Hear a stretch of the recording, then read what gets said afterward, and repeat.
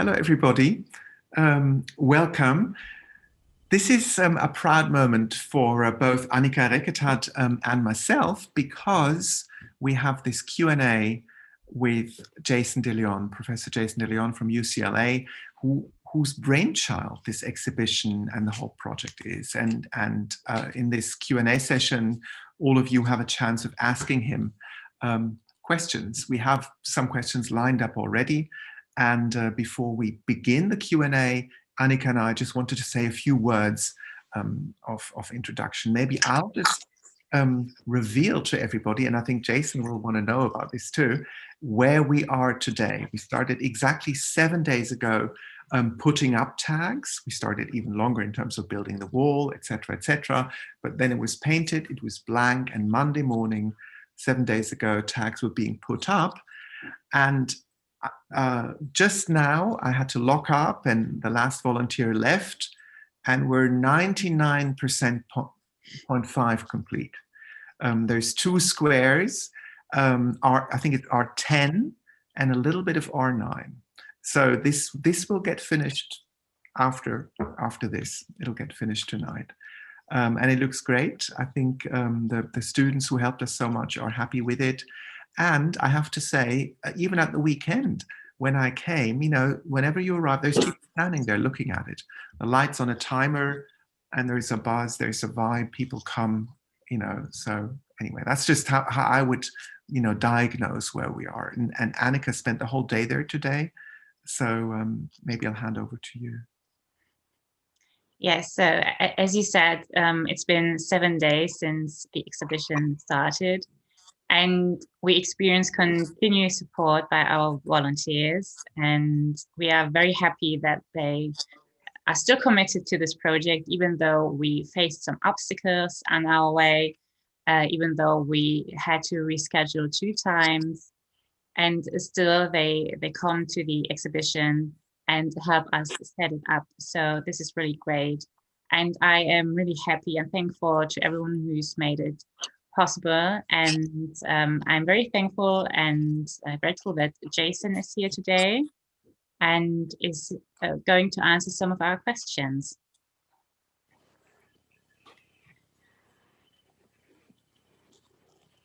Do we say anything about the show? I don't think we have to.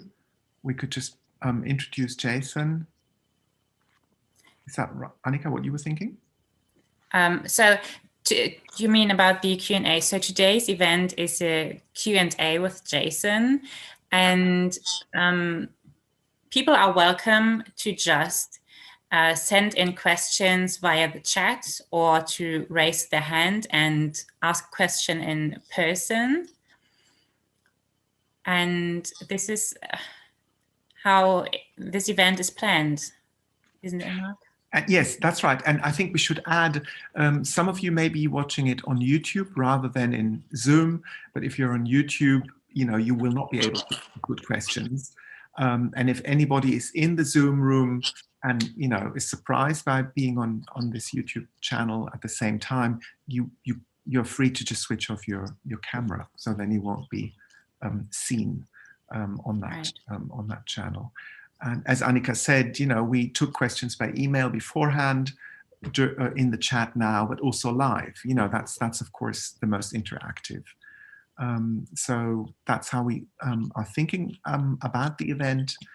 And yeah, that's all by way of preface, isn't it, Annika?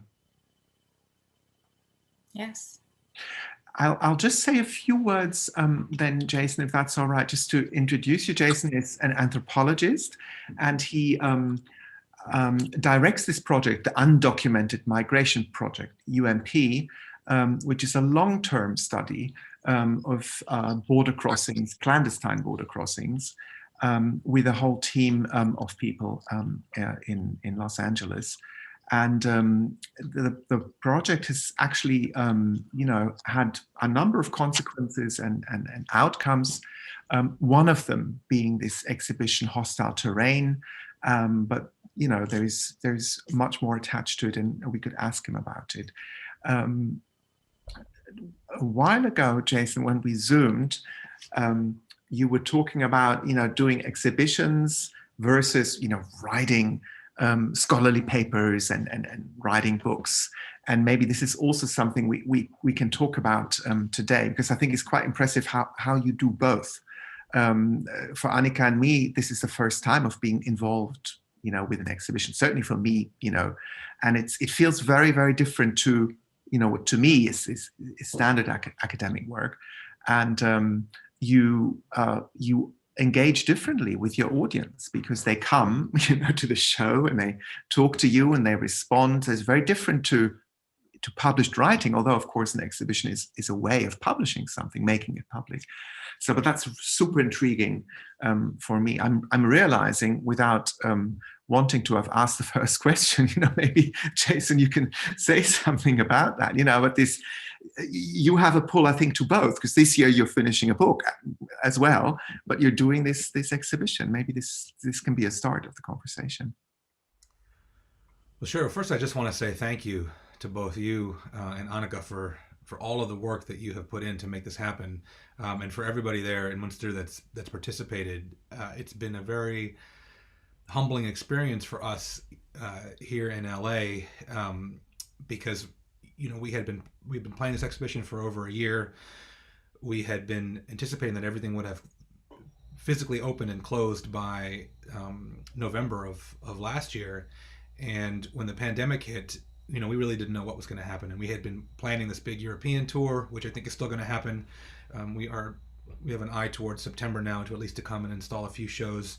But we're just really so grateful that you were able to engage with the project there, install it, and that people have been very interested in it. I mean, for us, just to see this stuff happen, even though we're in the midst of this whole pandemic, has just been really, really inspiring.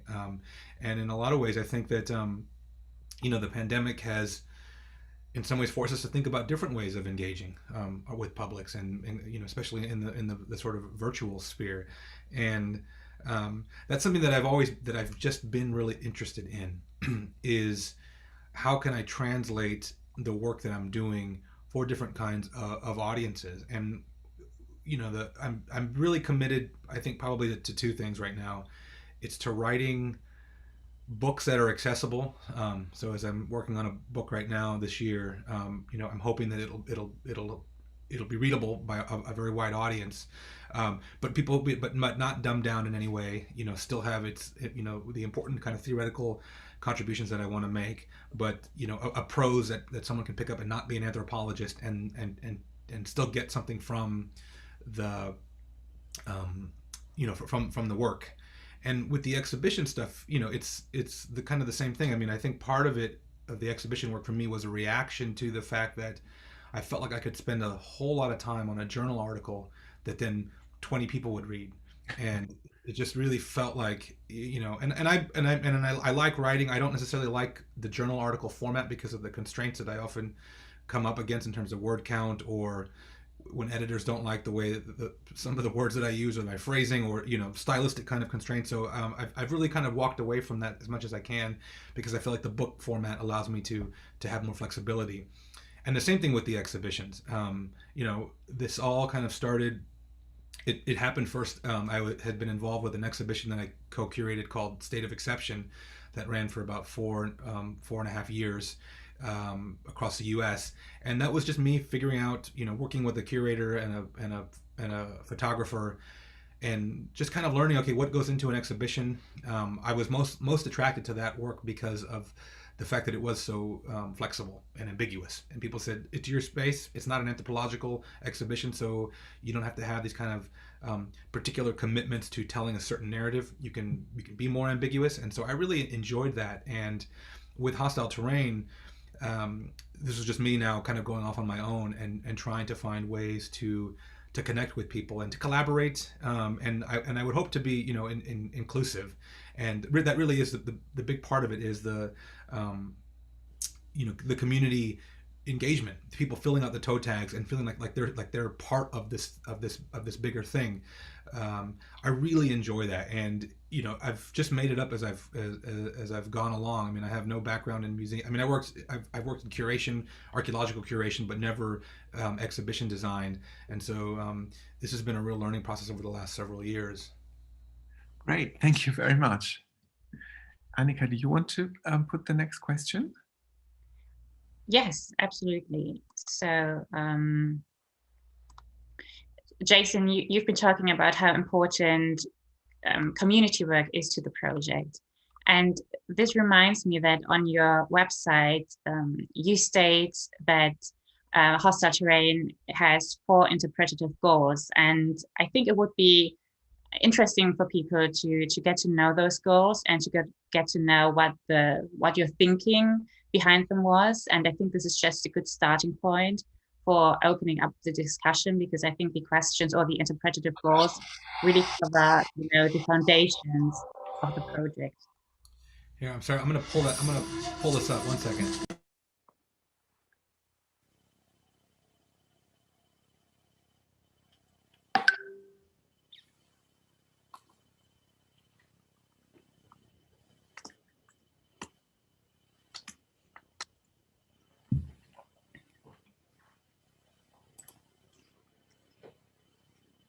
All right, I want to just make sure that I'm hitting all these points here. Let's see here, and so are you seeing it under? I'm not sure where we have this listed on our website. I think it's under installation. Okay.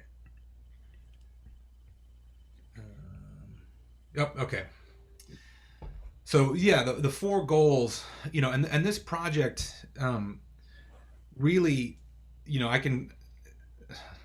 I don't like to thank Donald Trump for really anything other than maybe inspiring a new generation of people to get upset and involved politically, and to recognize that that there's been a lot of horrible things happening to migrants and immigrants over the years that we've just been very good at hiding, and then the Trump administration really making those things visible was for me and for our team. Part of it was an inspiration to develop this project. I sort of was, as I was thinking about what 2020 was going to look like, or 2019, the lead up to the election. I had a choice. I could either have gone on sabbatical then and tried to finish a book, or I could have waited a year and then gone on sabbatical after the election, which is what I elected, which is what I chose to do, because I didn't want to spend 2020 just hiding in my office working on a book that won't see the light of day for another couple of years. I felt like there were more pressing things sort of politically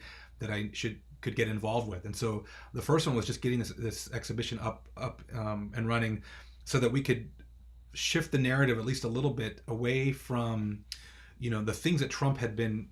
We had been really concerned with child separation, which is obviously an important thing. All of this, the Wade in Mexico things that they're doing to asylum seekers right now. Trump had thrown all these things at migrant communities, and I felt like they were important causes, they were important issues, but they were also distracting us from the longer history of the brutality that migrants have experienced along the U.S.-Mexico border. And so this exhibition was partly a way to remind people that, hey, we've been killing migrants at the border since the Clinton administration, and we've been doing it formally. I mean, it's a formalized policy, and we seem to have forgotten about it. And I didn't want people, Donald Trump is a very easy straw man to say, he represents all the kind of bad things that have ever happened against immigrants.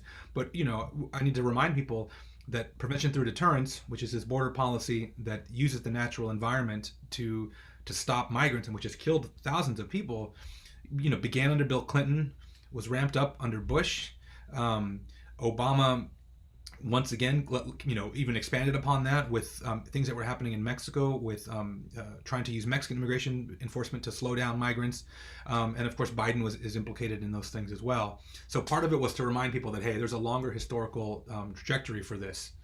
The other thing, it's really about memorializing the people who have died and writing out the names of the dead and the names of the unidentified. Even though these folks are not, the over 1,000 that have not been identified, we think it's still very important to try to recognize them in some way, shape, or form by filling out those tags. And for me, it was really important to make this global, because I don't want people to think about, I think a lot of Americans have a poor understanding about what's happening globally with migration. And they tend to think about the US-Mexico border as the only place where these things sort of happen. And clearly that is not the case. We want to raise awareness about these issues on a global level, because we are experiencing a global migration crisis right now.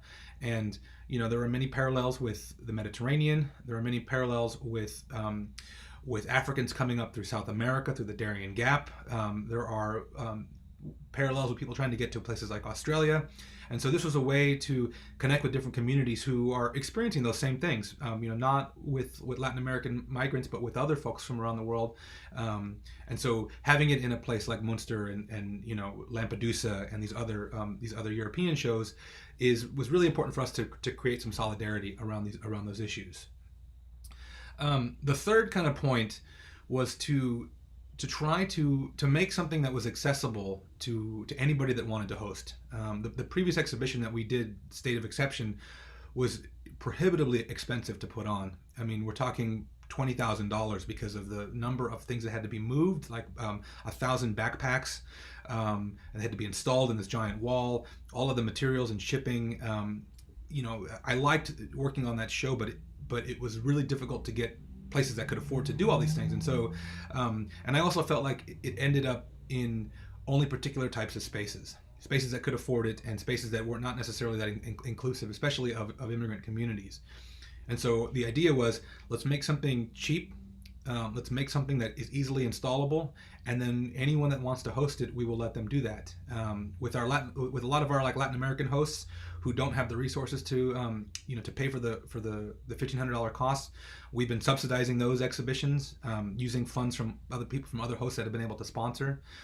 But the idea is that anybody can do it, and really having it on the ground in those communities, and us telling our partners, saying, look, we're going to give you the kit, we're going to show you how to do it, and then it's up to you to figure out how to best engage with your community, who you want involved, and how you think they should be involved. So what type of materials do you want to add to what types of relevant kind of local cultural events?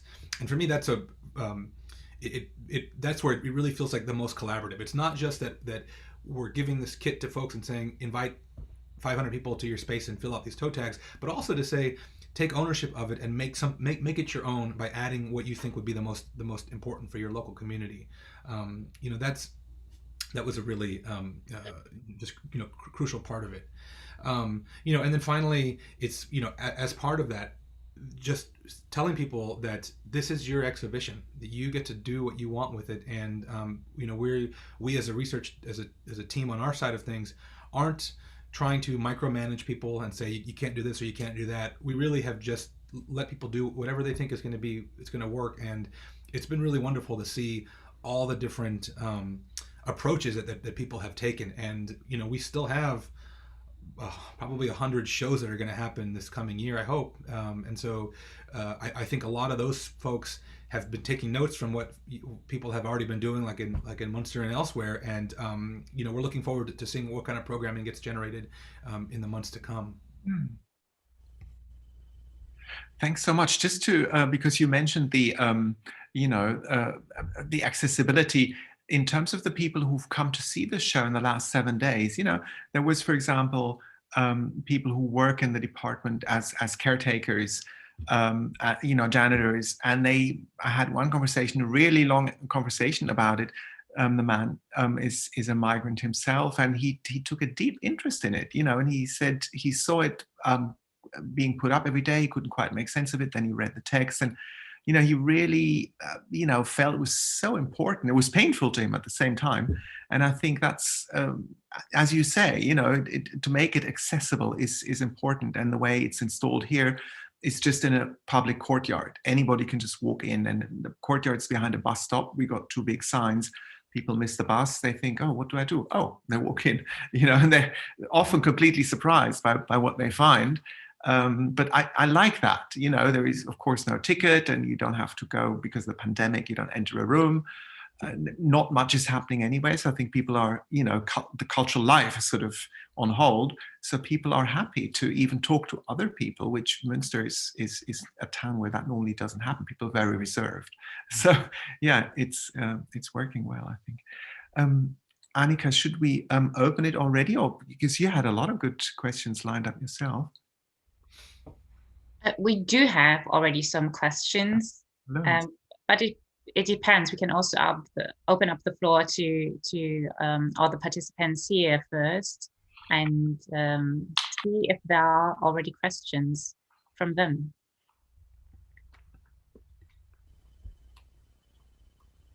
Maybe one of yours for still, and then you go.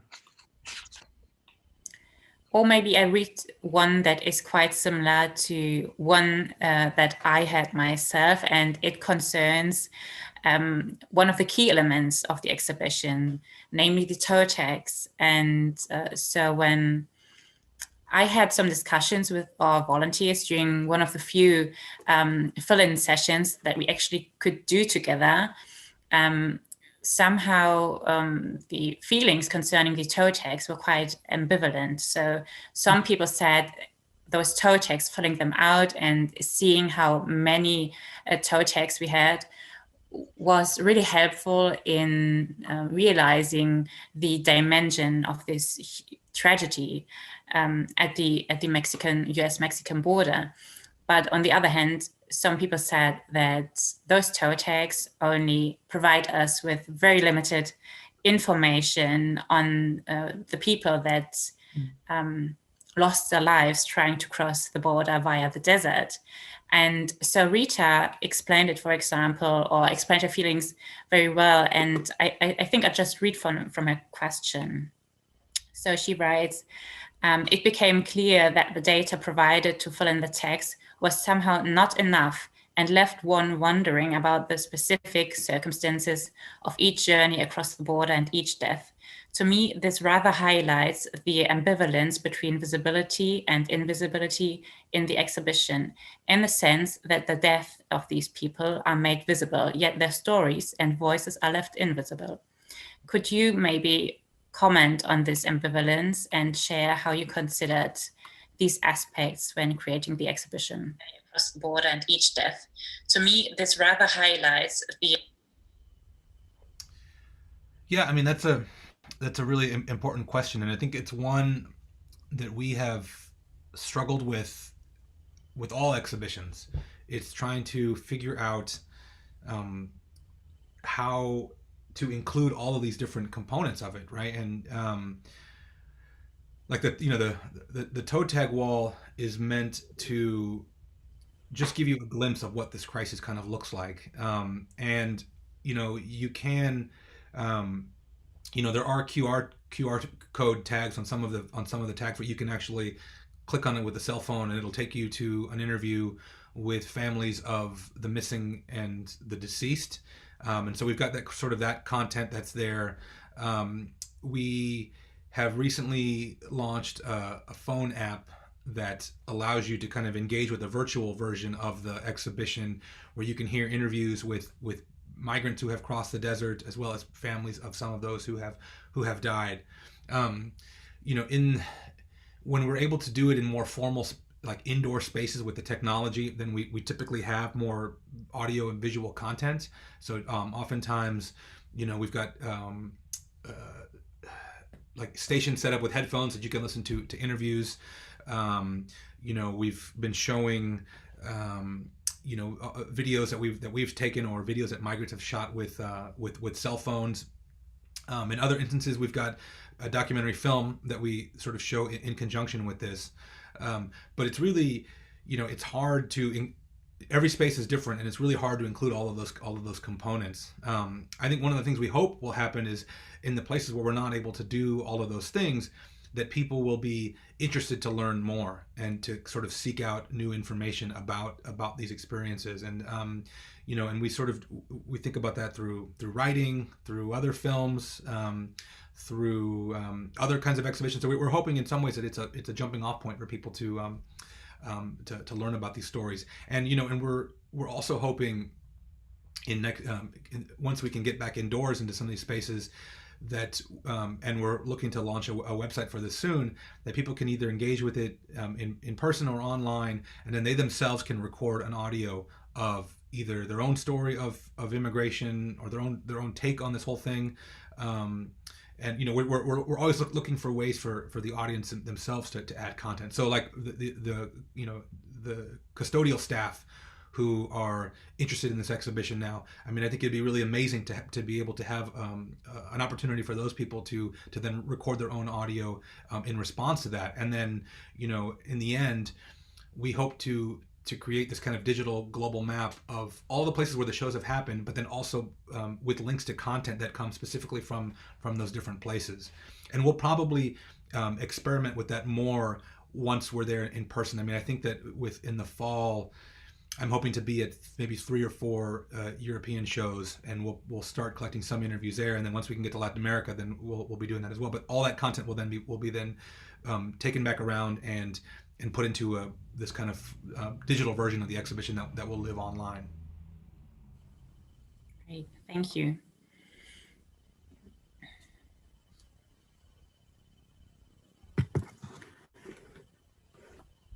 Mark, you are still muted.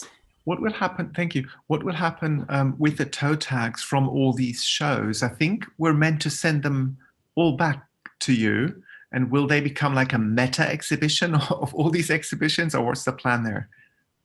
That's a great question.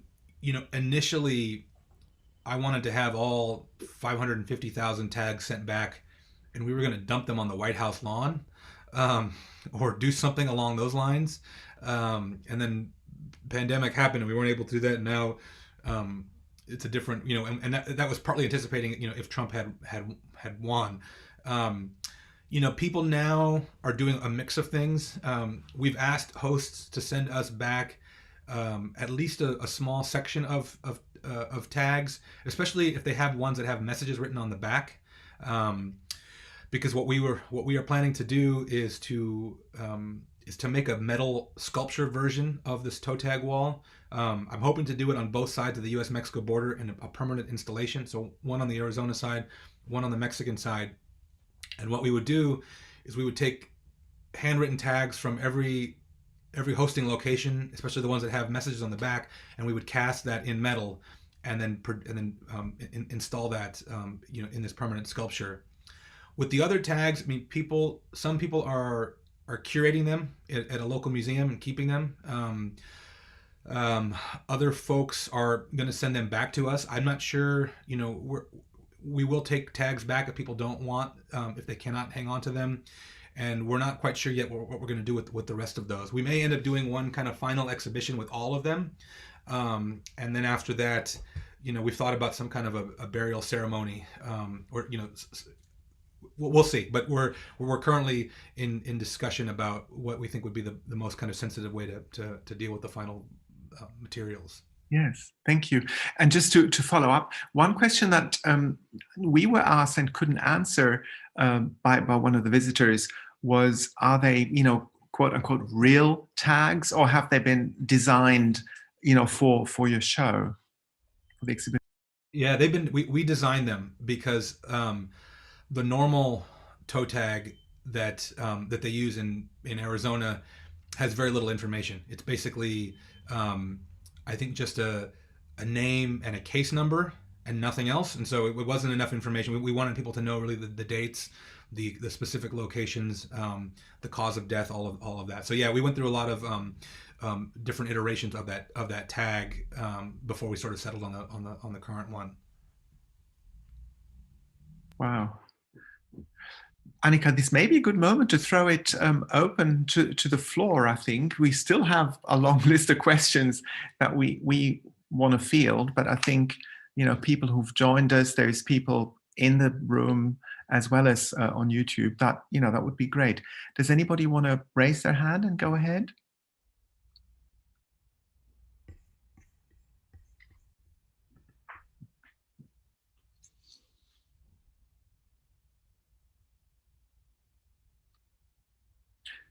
There's two now.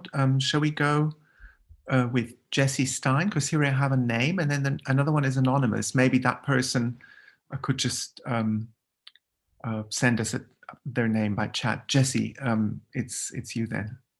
Thanks very much, Mark, and thank you, Jason. Yeah, I'm really interested in how you've shown this amazing show now, and you've allowed it to proliferate around the world, and having this kind of solidarity building practice. I imagine that you're also getting different kinds of feedback from different installations in different spaces, and I'm wondering if you're seeing, or if you've learned anything particularly interesting in comparing the feedback and the different kind of reactions you're getting out of different geographies. Like, I was moved to ask the question based on what Annika was saying about the custodial staff's reaction to the show. And I imagine you've received other reactions from different people who visited and had time to spend with the work. Yeah, I mean, it's been really interesting. I mean, we did several prototypes before we officially launched, and so I think we did a show at the University of Michigan when I was still teaching there with I taught a class of 500 students, and it was extra credit for them, and so they just came in. 500 students built the exhibition in 2 days. After that, we did a show in Orange County, California, at a community college, which was heavily sort of Latinx student body. And just even between those two shows, like the University of Michigan show was a lot of students who just had no idea. I mean, these are things that were so far removed from their kind of experience. And, for many of them, it was the first time they'd ever thought about any of these issues. Whereas the students at Cypress College in Southern California, predominantly Latino students who come to the show with just a very different sort of connection to it. And for us, that was really interesting to see kind of what was working in each place, what wasn't working. Some students and some groups needed more time to talk amongst themselves, to talk with us. Like I think at Michigan, it was more like people were sort of shocked by it, but didn't really know what to do with it. And so it sort of needed time to be by themselves to think about it. Whereas like in Cyprus, it was really about being with the students as they're doing it, filling the stuff out. Because a lot of them were talking about, this was my experience. I had come through the desert myself, or my family had. And so, those were really helpful for us to think about strategies for working with folks on the ground.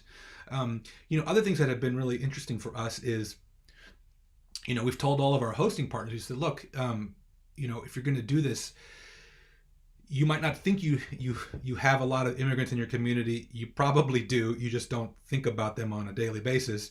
Depending on where you are in a place like the United States, like you might have a lot of Latinos who just are not very visible, at least in those particular spaces. And so we've had lots of conversations with our hosting partners about how to reach out to those communities. And it was for me one of the really interesting things, and I think things that really worked was we would tell a lot of our hosting partners to say, look, you've got all these community groups that are working with immigrants, but the university space might not be, or the exhibition space might not be a very welcoming one, and so you might have a difficult time saying, we're going to build this exhibition now, come and help us. And so we really started talking to them about how they could take the exhibition to those community groups. And so you had people who were taking toe tags and the materials and going out to meet with these different groups and filling out tags in their churches, in their community centers, as a kind of first step towards, okay, thank you for partnering us with this now on this thing now in your space where you're comfortable, and we hope that this will then create a bridge for you to come to campus and feel like you are more welcome. And I think in a lot of ways that has worked, and it's been, I think, really good for some institutions that historically maybe have not reached out to those groups, have seen that, hey, it actually is both worthwhile and something that's not that difficult to do. It just requires a little bit of planning. But we've taken so much feedback from our hosting partners. At kind of every step of the way, and that also has been really helpful. I mean, one of the earliest versions of the toe tags had it was like name, age, and then it had sex. And when we had shipped out a prototype to someone with tags on it, their response was, I'm not really comfortable writing out the sex of this individual, because you were talking about biological sex, not necessarily about how this person would have identified in life. And we were like, oh, we completely not, foolishly not thought about that. We were using the data from the medical examiner, but we immediately then redid the entire toe tag to remove that stuff. And we ended up, those things have always been really helpful. And I sort of look to our hosting partners now as this constant feedback for us. I think every exhibition we learn something new, and we are always just trying to get better. And that's kind of been the really nice thing, because I always just assume that I'm gonna screw something up every single time, but if I can get a little bit better each time, then perhaps I'm getting closer to the ideal. But our hosting partners have been really wonderful for giving us amazing constructive criticism and feedback. Thanks so much. We have another question up there from Michela Borzaga from Vienna.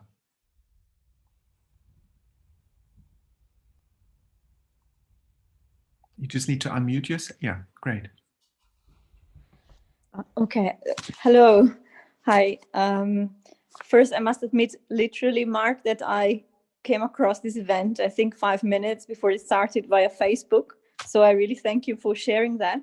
I didn't know about this. And I'm also very ashamed to admit that I didn't know Jason's work. And I'm based in Vienna, and I'm working a lot on trauma and trauma studies, and particularly within the context of South Africa. And I'm sort of working on a book entitled Trauma on the Move. And I'm literally thinking aloud while I'm speaking, but I find this project amazing, obviously, and it forces us to rethink also all sorts of forms of memorialization, how we think about testimony in the 21st century, the role of other monuments and statues related to sort of other historical traumatic events. And I was wondering whether you could sort of reflect on how this kind of project and the kind of ongoing crisis, because something like the Holocaust Monument is supposed to memorialize something that has happened and was in the past. We have very little about slavery, we know, but I'm Italian, this is an ongoing crisis. So it's about also memorializing something that is happening all the time. And whether we should just rethink what it means to testify and to remember the past. You see what I'm trying to say, and the kind of direction that I'm trying to go.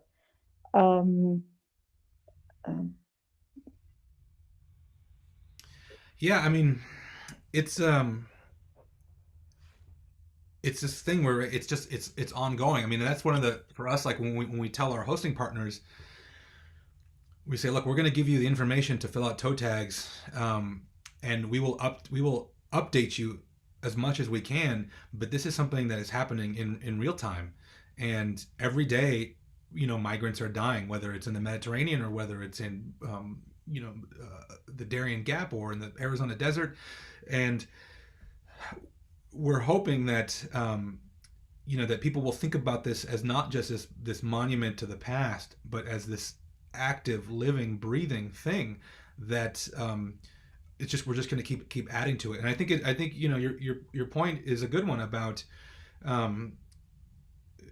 we need to think about these, how to get people to engage with this crisis now, and have them know that it's happening in this moment, but also that it's got this longer history that we have continuously ignored. And so I think for me, that's why I sort of like the exhibition space, because it allows us to make changes sort of rapidly. With every show, we're adding new stuff. We're trying to update the toe tag wall as much as we possibly can. We're constantly trying to add new relevant content.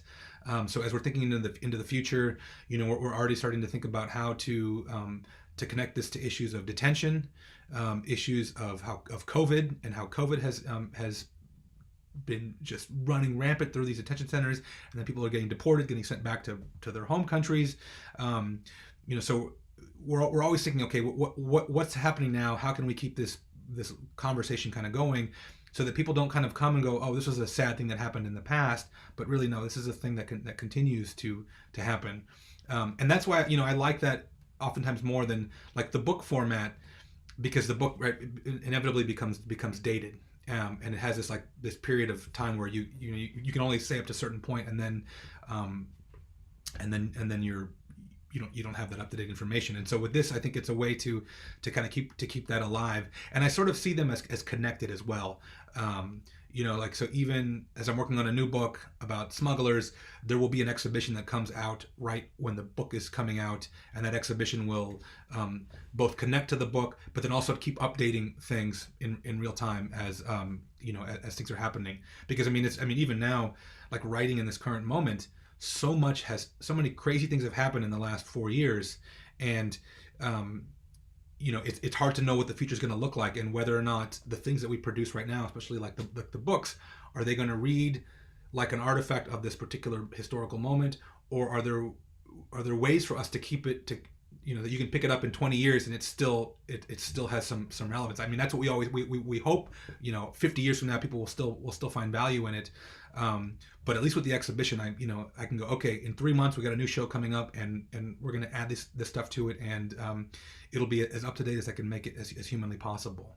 But I do think we need to rethink our engagement with the exhibition space. I think we need to rethink how we as academics can get more into those kinds of spaces and find ways to be creative, and also encouraging the academy to, I think, support these kinds of endeavors, because a lot of times, they want us to do certain types of things which follow that model, but you can get more people will see these exhibitions than will ever read a book that I write.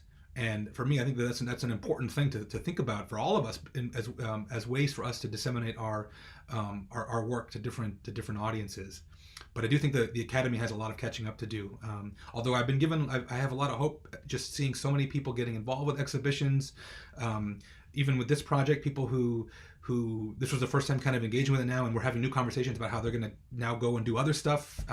For me, that's really amazing, and I hope that it's part of a trend to move towards this more diverse range of scholarly work that we can all engage with. Thanks so much. We have another raised hand and another question, and it's Ina Batzke from the University of Augsburg. Yes, hi, good evening. I think you can hear me. You can't see me for some reason. Let me see if that's We hear you. I can fix. Yes, hi. Yeah, actually, I just wanted to confirm what you just said, because I was lucky and found the time to actually visit the exhibition today.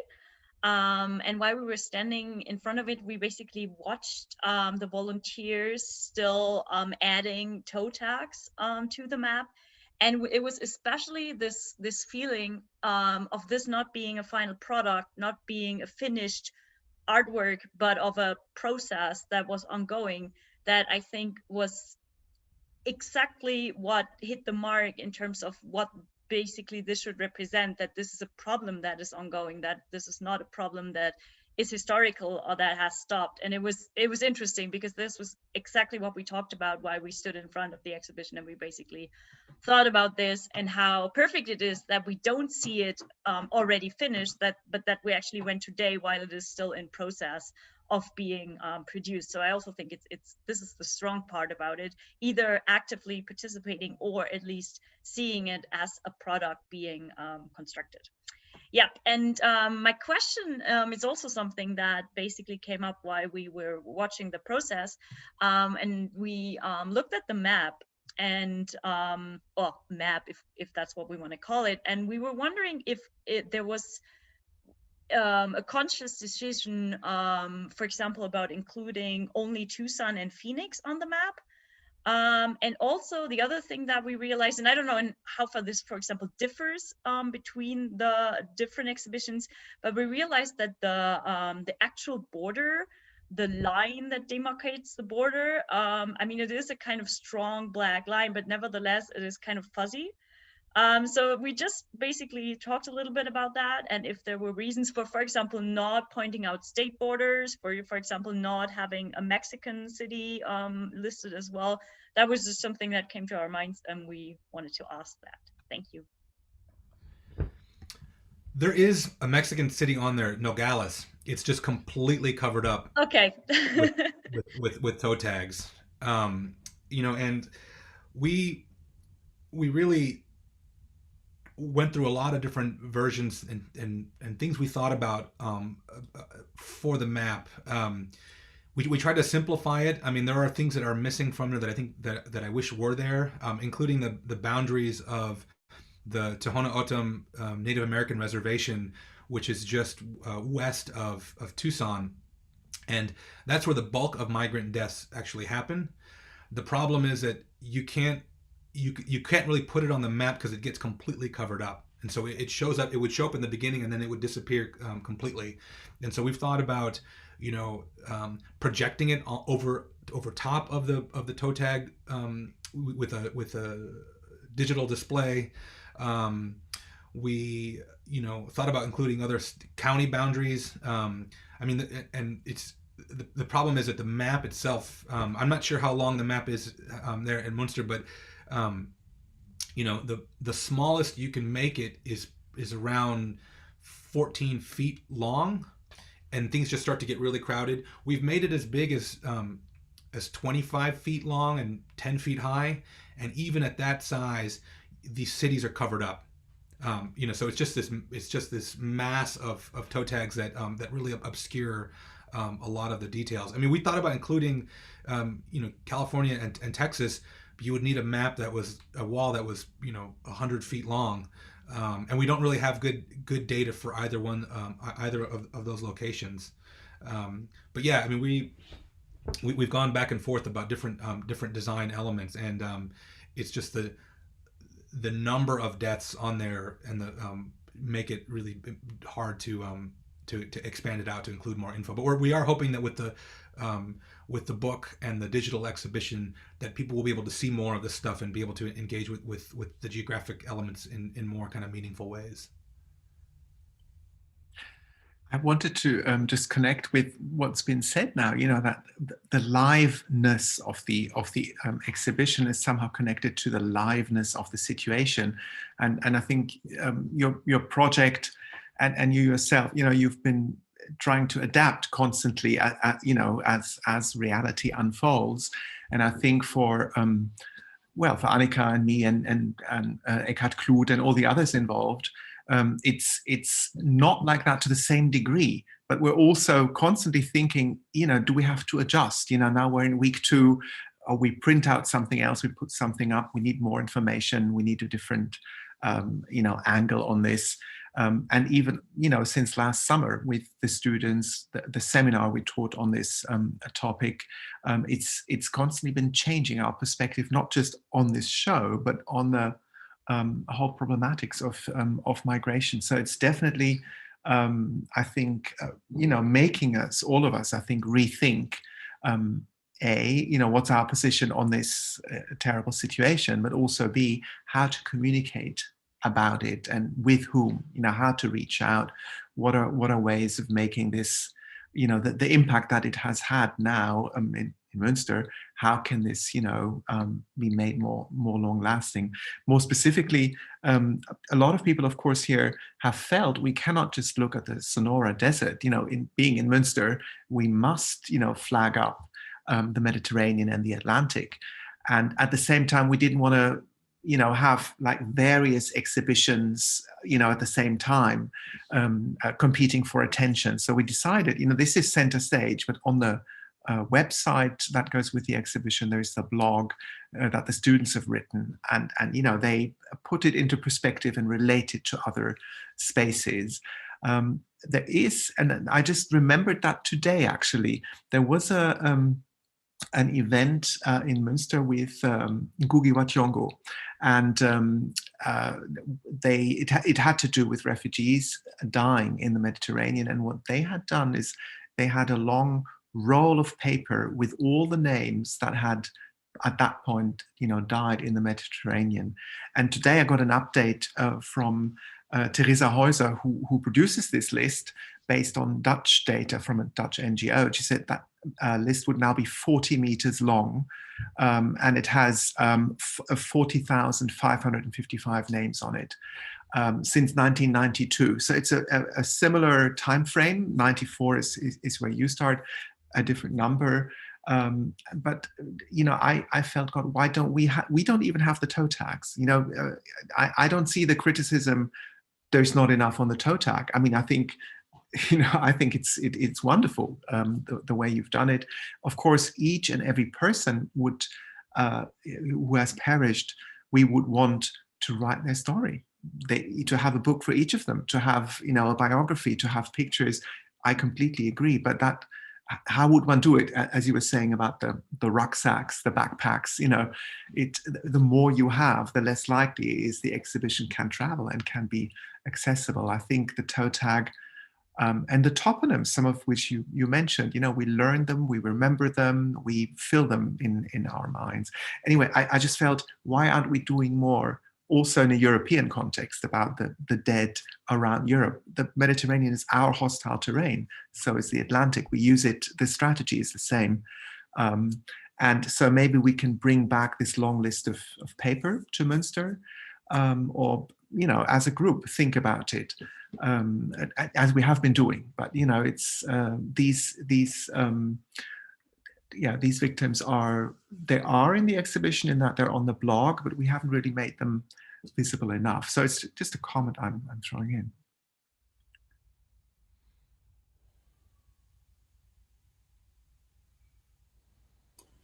So maybe there is time for one more question. And I feel like the questions that we have already collected have, in the course of this Q&A, already been answered. However, there is, maybe you can circle back to your book, Jason, Land of Open Graves. And because you have mentioned multiple times now that it is important for you to connect the book, or to kind of bring the book alive by doing the exhibition. And one concept that you talk about in your book, one central concept or aspect, is necropolitics. And this is something that I haven't heard before. And so basically, if I understand it correctly, this concept asserts that, one of the primary characteristics of sovereign power is, the capacity to determine who lives and who dies. And maybe you could just elaborate on how you feel HT94, Hostile Terrain, challenges the necropolitics of the USA, and if you think, or how do you think can a focus or an awareness about necropolitics change the political and public debate on undocumented migration and refugees? Yeah, I mean, that's such a important part of the whole thing for us. It's this idea that the federal government has decided that migrants, undocumented border crossers, are people who we're totally fine with their death. Their death is what people would say is, some people would say it's an unintended consequence of this border policy, but I think that most people who look at it know that it's a direct consequence of it. It is the intended consequence of this policy. We are trying to put people across what has been deemed a hostile terrain in hopes that the violence of that terrain will stop people, either stop them because they'll be exhausted, or it will kill them. And we've been doing that for a long time, and nobody seems to be blinking about it, right? I mean, it's not considered by the federal government to be a humanitarian crisis, even though, if you were to take 3,400 citizens, and 3,400 people were to be dead in some other location, they were American or they were white, this would be considered a crisis that needs to be dealt with. But the fact that these are non-citizens, these are brown bodies, the government just says this is the cost of doing business. And I think for us, hostile terrain, one of the things that we're trying to do is to counteract that and to say, this policy kills people, and we're not going to let you forget that, and we're not going to let you forget that these people have names. Even the ones that are not identified, they are still human beings, and so it's part of there's a little we don't have a lot of power against this big huge machinery that's making this stuff done, but I think but there's power in witnessing. I think that there's power in words, and we hope that by the act of naming, by the act of asking a person to just come and spend half an hour filling out some toe tags, that they'll create some kind of connection to these bodies that have been deemed killable, and to think more deeply about the brutality of that. I mean, it's really hard to fight against the machinery of the state, especially the way that this system is in place, where people are dying and there's no one looking for them. People are dying in the middle of nowhere. American citizens don't get up close pictures of dead bodies from the desert because it happens in the middle of nowhere and no one is taking pictures of it or documenting it. And so this is a way to try to counteract that a little bit. But I'm hoping that by bringing these names back into this whole scenario, that people will then look at this and think about, okay, what is it that we're actually doing here, right? What does necropolitics actually look like? Well, what it looks like is it kills people. Kills thousands of people, and these are people who have lives, individual lives, meaningful lives. Their deaths have impacts across the globe because of their families are in the U.S. and in elsewhere, and each one of those deaths has affected people in significant ways. And so this is just part of it's we hope a small tool to fight against this this horribleness. And I think at the end of the day, if one person can engage with it and learn something and be interested in pursuing more of this topic, or the next time they hear the word undocumented migrant or dead border crosser, rather than just having some anonymous kind of image, they can think about maybe a person whose name that they wrote down on a toe tag, or they could think about this massive wall of toe tags, and then realize that these aren't singular events, these aren't random events, and these aren't events that are meaningless. They're deeply meaningful, and need to be treated as for the serious sort of crisis that they actually are. I wonder whether we can take Felipe's question as well. He's raised his hand. Would that be okay, Jason? Sure. Please. Thanks.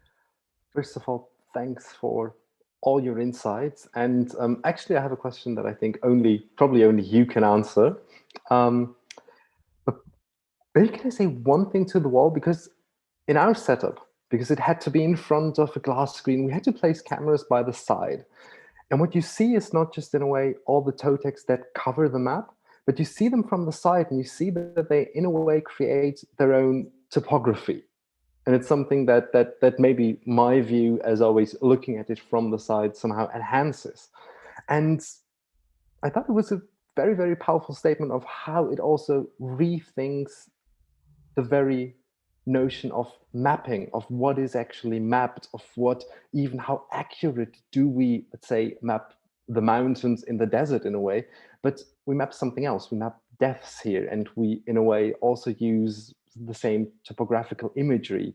So there was something that always struck me as the map, in a way, grew not just on the board, but also into the space. So it's such a fantastic project. But something struck me probably by the third toe tag that I filled out, and that was the names. Because all the names from the database, they don't have accents. And in that sense, they are almost the names. And it seemed to me, I was wondering whether this was a deliberate notion, because it seemed very productive to me to think of it as you can approximate the names, you can approximate, in a way, remembrance, and you can approximate through this whole exhibition a memorialization, as I think you've put much more eloquently. But in one sense, it's not the exact same thing. It's not perfect, and it knows that it isn't perfect in that sense. So to me, it's incredibly productive, but I was wondering whether that was a conscious decision, because it also seemed that somehow these names get filtered through well, US American epistemology in a way, a language that doesn't cater to Hispanic names, that doesn't cater to Latinx names in a way. So that was what I've been wondering all the while I've been filling out these tags. I liked it, I just didn't know, is it deliberate? Yeah, no, that's a great question. And what we tried to do is, the information that we have is what comes directly from the medical examiner's office, which is, you know, as you say, I mean, it is this imperfect database. I mean, it's trying hard to record these things. I mean, even the GPS coordinates, I'm not even sure that those are always exactly accurate. I mean, you're getting them from different places. The names that you're getting are filtered through the fact that someone in Arizona has to take a phone call from someone from the consulate in, you know, the Ecuadorian consulate or the Mexican consulate, who's taking a report from someone in Mexico or someplace else, and so they end up playing kind of telephone. That by the time it gets to the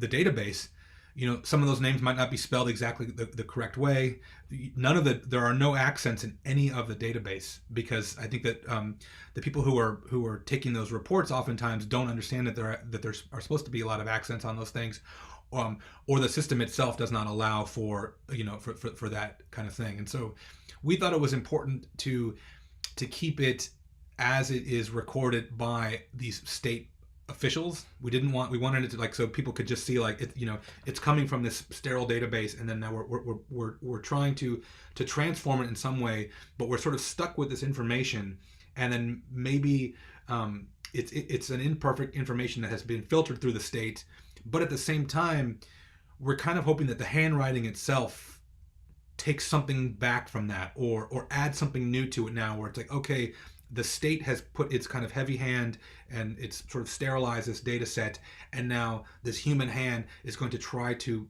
breathe some life back into that name for a little bit, as best as it possibly can. And so it ends up being this kind of conversation between, you know, the government as well, and then the people who are charged with writing out these names. But yeah, we went back and forth about what to include, what not to include, and we just thought at the end of the day, because this is a sort of state project of terror, we wanted to stay as true as possible to the kind of state database itself. Thanks so much. And that's a cue for us, I think, Felipe. The word thank you. Thank you so much, Jason, for your time and for engaging with all these questions. I think we all feel, you know, we could do with another hour, but, you know, this has been super intense, and I think really wonderful, helpful, and so stimulating for all of us. Annika also wanted to say something, so I'll hand over to her.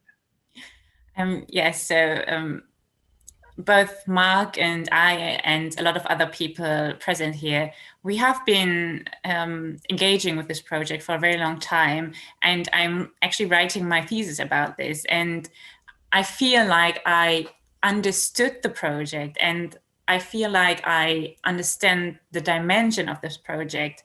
But after talking to you for another hour, I feel like I've gotten so many more insights and such a new perspective to it again.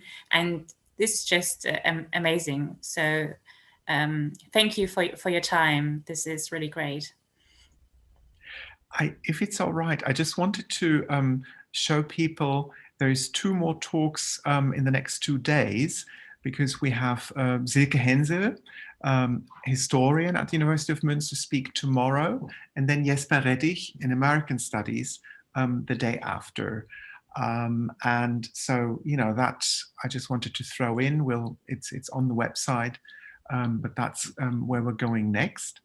Thank you so much, Jason. I do hope we will be able to invite you to Münster properly, because you know, you're in LA and we're here a long way away.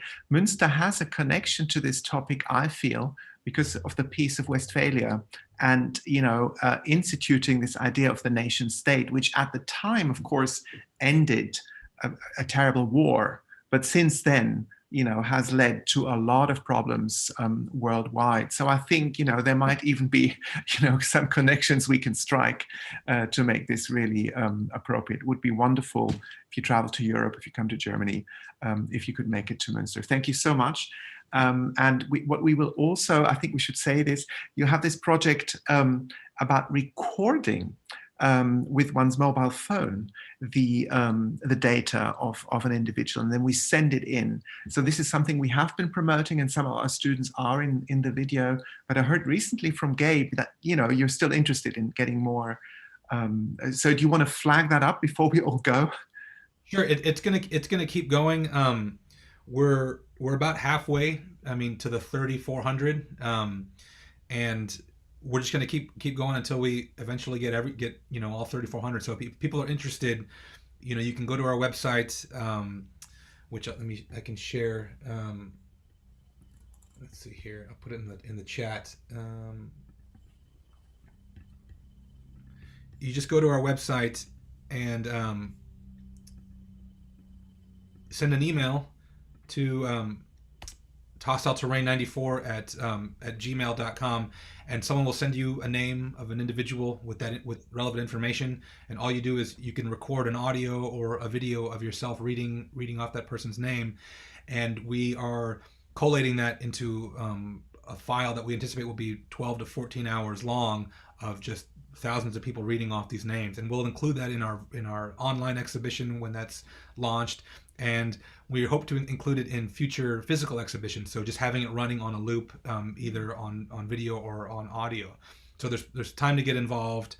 And I just want to say thank you again for this. This has been really amazing. I'm sad that I can't be with you there right now, but we are counting the days here till we get vaccinations, and we are, you know, they've given me dates for Europe already, so people are saying September. So we're going to be optimistic that's going to happen. But I would love to come through if that's possible.